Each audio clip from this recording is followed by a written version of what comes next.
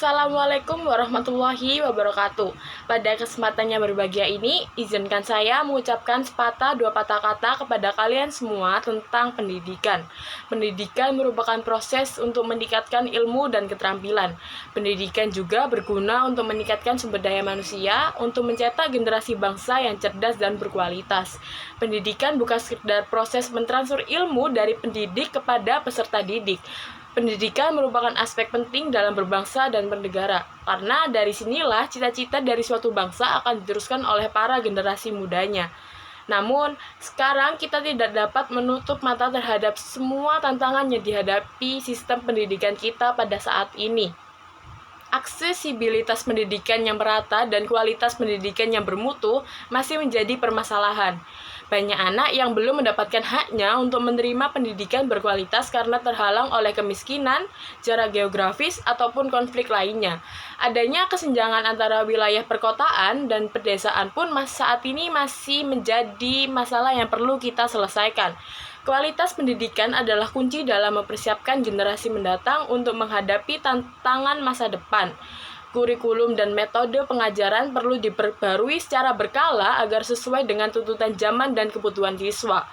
Guru sebagai garda terdepan dalam pendidikan juga harus didukung dengan pelatihan dan kualifikasi yang memadai untuk memberikan pengajaran yang inspiratif dan inovatif.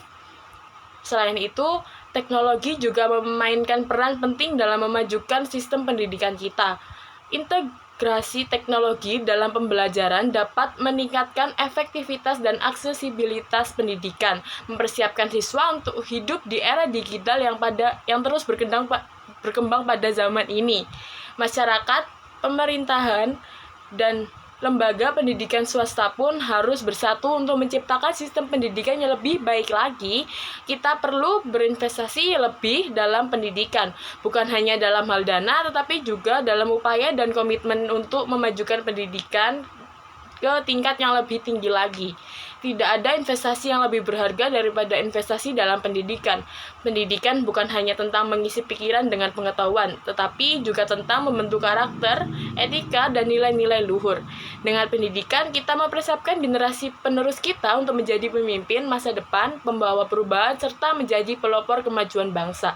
Marilah kita bersama-sama bergandeng tangan dalam upaya mengatasi tantangan dan meningkatkan kualitas pendidikan.